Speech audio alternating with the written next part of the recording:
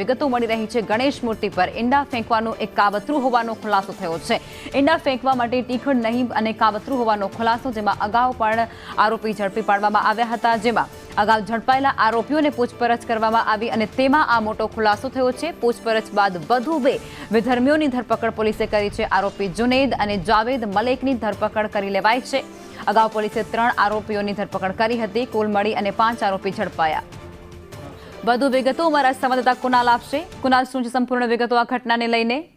લખવા 26મી રાત્રિએ મોડી રાત્રે 3 વાગે નિર્મલ પાર્ક યુવક મંડળ માજલપુરનું છે તેની શ્રીજી ગણેશ સવારી નીકળી હતી। તેઓ પોતાના ગંતવ્ય સ્થળે જતા હતા। દરમિયાન માંડવી પાસે કેટલાક શખ્સોએ ઈંડા ફેંક્યા હતા મૂર્તિ પર। તેને લઈને હિન્દુ સંગઠનો અને ગણેશ મંડળો નારાજ થયા હતા।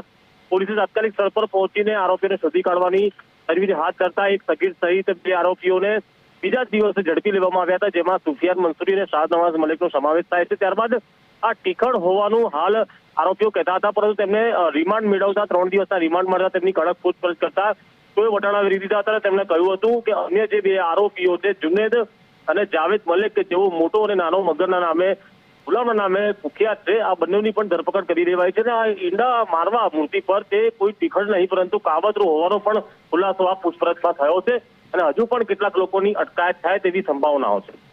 જી કુણાલ, આભાર।